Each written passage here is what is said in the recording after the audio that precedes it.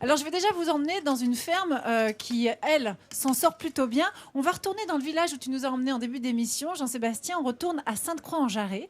Et là, on va dans la ferme du Moulin des Chartreuses. C'est une ferme qui est là avec la même génération, enfin plusieurs générations de la même famille. Depuis longtemps, il y a eu d'abord Gabriel, il y a eu Paul. Aujourd'hui, il y a David. Mais Paul décide de partir à la retraite. Eh bien, David a de la chance pour assurer la pérennité de cette chèvrerie. Il peut compter sur un nouveau venu, un jeune qui s'appelle Clément, qui n'est absolument pas du sérail, mais qui est déjà là et qui suit une sorte de formation continue avec toute la famille, qui lui transmet avec une patience et toute leur passion, leur savoir-faire. Ça a l'air de très très bien se passer, regardez. Dans cet élevage de chèvres, je demande Paul, le père, David, le fils, et un nouveau venu, Clément. Dans quelques jours, c'est lui qui remplacera Paul qui part à la retraite. Mais Clément ne vient pas du milieu agricole. Alors Paul lui transmet tous ses conseils pour veiller à la bonne santé du troupeau. Tu vois Clément, là, quand on donne à manger, comme ça, quand on met le foin, c'est là qu'il faut bien regarder les chèvres qui viennent manger et celles qui ne viennent pas manger. Alors par exemple, tu en as une ici, tu vois. Ouais. Ici, là, elle est pas très en forme apparemment. La clé, c'est l'observation. Mais Paul distille aussi quelques trucs que seul un éleveur expérimenté peut connaître. En touchant les oreilles, on peut voir s'il y a de la température. D'accord. Donc si c'est chaud, au si niveau de la base de l'oreille. Alors c'est indicatif. Hein. Là, je n'étais pas au courant qu'on pouvait prendre... que ça faisait office de thermomètre. Des connaissances qui lui serviront dans sa nouvelle vie d'éleveur. C'est beaucoup moins théorique que les cours à l'école. C'est là qu'on peut voir les cas particuliers, les observer, voir concrètement à quoi ça ressemble. À 30 ans, lui qui ne s'était jamais imaginé éleveur, a trouvé sa voie au milieu des bêtes. Je m'étais dit jamais en élevage par rapport à la charge de travail, aux astreintes. Aujourd'hui, je me sens vraiment épanoui dans ce que je fais. Je regrette pas du tout mon choix. C'est même l'inverse. Plus le temps passe, plus ce qui faisait peur au début fait beaucoup moins peur. Les journées passent très vite, les semaines, les mois, donc il m'arrive plus jamais de regarder la montre en attendant 5 heures pour rentrer chez moi, quoi. Clément, ce foin-là, il a bien convenu tout l'hiver parce que les chèvres étaient tarées. Ouais. Donc tu vois, c'est un foin qui est bien fibreux, qui convient bien pour des chèvres qui n'ont pas un gros besoin corporel. Cela faisait 3 ans que David, le fils de Paul, cherchait un associé. Aujourd'hui, il a trouvé en Clément un novice en élevage, la perle rare. On est bien content d'avoir trouvé Clément, parce que c'est vrai que ça fait déjà 6-7 mois qu'il est là sur la ferme et tout se passe super bien. Donc c'est vrai que c'est bien pour la suite. Ouais. Grâce à l'arrivée de Clément, Paul peut enfin partir à la retraite serein. Ses chèvres seront bien gardées. Aujourd'hui, j'ai confiance en Clément et je pense que la ferme va pouvoir continuer à prospérer. Voilà, et pour moi, c'est vrai que c'est un vrai soulagement. Une belle transmission assurée par 2 garçons pleins d'énergie et d'envie qui ont choisi d'exercer l'un des plus vieux et des plus beaux métiers du monde. Églantine, est-ce que ça veut dire qu'un éleveur qui part à la retraite, il a l'impression d'abandonner ses enfants un peu, en je abandonnant pense, ses bêtes? oui. Ça doit être très très difficile, ça doit faire un petit pincement au cœur. En tout cas, là, Paul, il est rassuré, il a trouvé une solution. Il faut savoir qu'aujourd'hui, 40% des exploitations sont reprises en dehors du cercle familial, principalement par des gens en reconversion, donc il va falloir accompagner. Et c'est pas toujours facile de mettre en relation donc des vendeurs et d'éventuels repreneurs. Eh bien, il y a ici dans la région une initiative assez intéressante, puisque la Chambre d'agriculture de la Loire lance le Ferme Dating. C'est quoi, j'ai rendez-vous avec une vache? C'est pas très très loin, c'est évidemment sur le principe du speed dating. Pendant une journée, 1 heure, on met en relation donc des vendeurs et des repreneurs. Ils ont 7 minutes pour se parler. La prochaine session, elle aura lieu à Feurs, au nord de Saint-Étienne. C'est le 27 janvier prochain. Et j'ai à côté de moi un jeune homme, Michael. Bonjour. Bonjour Michael, bienvenue. Bonjour. Michael a 21 ans. Vous êtes aujourd'hui salarié agricole et vous avez envie de vous lancer, de vous mettre à votre propre compte. Oui, exactement. Donc avec ma conjointe, on souhaiterait créer notre exploitation. On espère que le Ferme Dating va nous permettre de rencontrer un cédant qui nous permettra de commencer notre parcours d'installation. Donc à l'occasion du Ferme Dating qui a lieu dans 15 jours, à Feurs. On espère pouvoir rencontrer plusieurs Il y agriculteurs. en aura une dizaine, hein. Vous allez Voilà. pouvoir en rencontrer 10 d'un coup. Voilà, et on espère aussi trouver peut-être la perle rare à ce rendez-vous, et sinon de créer un premier lien avec les agriculteurs pour comprendre la difficulté qu'ils ont à céder à une exploitation. Parce qu'il faut comprendre qu'ils ont passé toute leur vie dans cette exploitation. Bien sûr. Et que pour eux, c'est vraiment dur de la lâcher à un inconnu qui vient et qui peut peut-être faire un autre projet que ce qu'ils font actuellement. Donc il faut bien se mettre à leur place et se rendre compte que c'est difficile.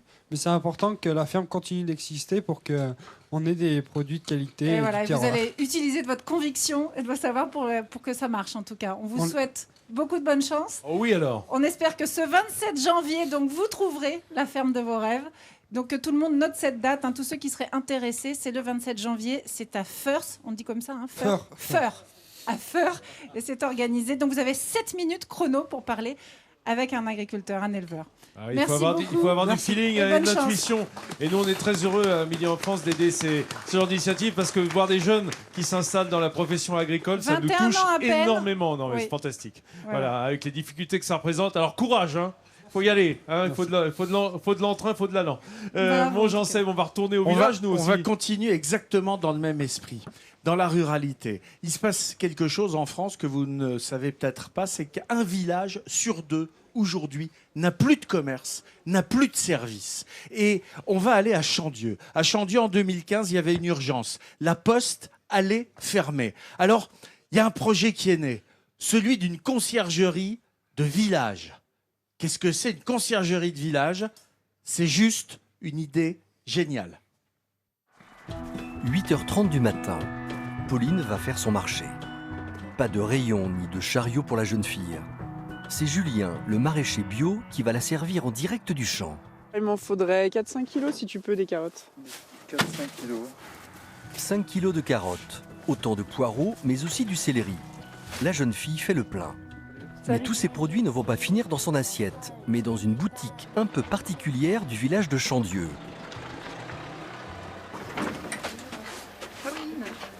C'est bien passé?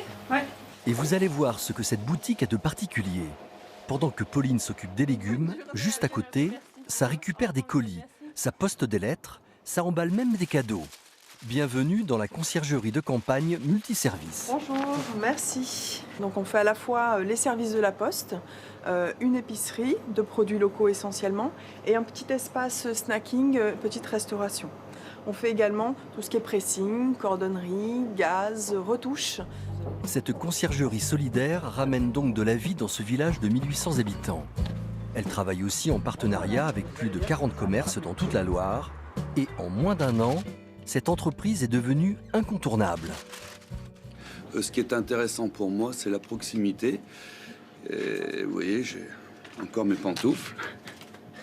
Et en plus, j'ai des produits frais. C'est toujours ouvert, il y a des ouvertures qui sont assez larges. Donc voilà, très intéressant. Cette start-up a non seulement changé la vie des habitants, mais aussi celle de ses créatrices. Elles qui travaillaient avant dans de grandes entreprises ont fait le choix de se reconvertir, avec un seul but, donner désormais du sens à leur travail. Ce qui est très intéressant dans ce projet, c'est le travailler, de se lever tous les matins déjà en se disant on fait quelque chose qui va être positif pour la société. Et ce qui est passionnant, c'est le défi. C'était de se dire on peut ramener de la modernité dans de l'authenticité. En ce qui concerne la modernité, les deux entrepreneuses ont parié sur l'achat en ligne. Donc là, je suis en train de préparer une commande d'un de nos clients qui va passer à la boutique tout à l'heure. Voilà, donc c'est pratique, c'est rapide. Il n'a qu'à se garer devant la boutique. Et pas besoin de faire la queue. Il n'aura qu'à ouvrir sa box située devant la conciergerie et protégée par un code unique. Chacun peut venir récupérer sa commande quand bon lui semble. C'est pratique, c'est simple et c'est moderne. Plus qu'une simple conciergerie, les deux femmes ont su innover en créant un véritable service d'utilité publique pour leurs concitoyens. Et c'est exactement ça, c'est d'utilité publique. Ça permet de développer et de faire vivre l'agriculture locale, ces conciergeries. Ça offre tous les services. Alors ça, c'est le service qui est dans le village. Et puis, il y a le service qui vient chez vous quand il n'y en a plus dans le village. Et c'est justement l'idée incroyable de ce bus. Nathalie, viens avec moi. Je vais te montrer, je vais t'emmener, je vais te faire monter dans le bus. Mais je monte dans le bus avec On va Jean-Seb. monter dans ce bus qui est également Partez pas trop loin. une Hein. boucherie. C'est Guy Richard Waouh. qui est à la tête de cette idée Oh là qui est là. pour moi juste géniale. Quand vous entrez, il y a des clients. Alors vous avez une petite salle d'attente, vous allez vous arrêter ici et puis vous allez choisir ce que vous voulez. Il y a une activité de traiteur. Donc on Il y a l'embarras du choix. Il y a des angelés magnifiques, il y a de la salade de tête, du museau, il y a... Tu serais fou, Vincent, ici. Jean-Seb, des viandes extraordinaires. Je trouve que ça devrait donner des idées à la RATP, tu vois. Parce que moi, je voyagerais dans le bus si je trouvais ma bouche. Ça, c'est clair, moi aussi, je Faut le voyage dire. en bus. Et puis, il y a l'homme qui est à la tête de tout ça, et cet homme, c'est Guy Richard. Guy, il est en train de te préparer un quasi de veau, Vincent. Oh là là que je là vais là, te- mon que je vais morceau te ramener. préféré Bonjour, dans un Guy. bobo. Bonjour. C'est fabuleux l'idée que vous avez, parce que non seulement vous avez le bus, mais surtout, vous avez une manière de travailler qui est bien particulière. Ma manière, en fait, c'est que je travaille en direct avec les éleveurs et j'essaye de leur demander de sortir du standard de ce qu'on demande habituellement, c'est-à-dire du gras, de la maturité pour ma part, et surtout pour amener du goût, de la profondeur. Chose qu'il y a il y a longtemps qu'on a abandonné tout ça.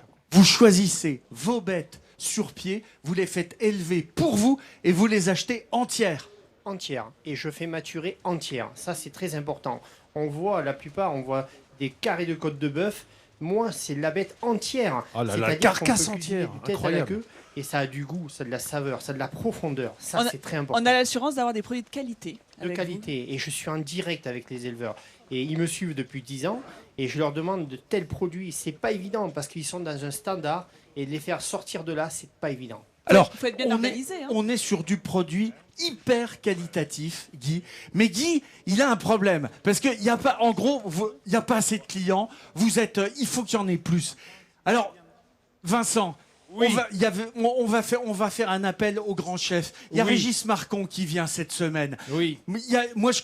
Jean-François Piage, il est complètement dans votre domaine. Alors, moi, je vais m'engager à un truc, c'est que je vais mettre tous nos réseaux sociaux avec Nathalie, avec moi. On va vous aider, Guy, et on va vous faire rencontrer un ou deux ou trois très grands chefs, Ah oui. 3 macarons, et on va faire en sorte que cette idée géniale fonctionne, Jean-Seb. parce qu'il faut absolument et sauver la boucherie et sauver l'agriculture française. Et on le relaye sur notre Facebook, Exactement. bien entendu, mon Jean-Seb. Et bravo à Guy, hein, qui est un magnifique boucher et magnifique travail. Magnifique les Allez, artisan. venez, on va voir Vincent. Emmenez-lui le quasi de veau. Ouais, Oh parce oui, qu'il ça veut c'est un ça, beau cadeau. Vincent. Aime ça. D'ailleurs.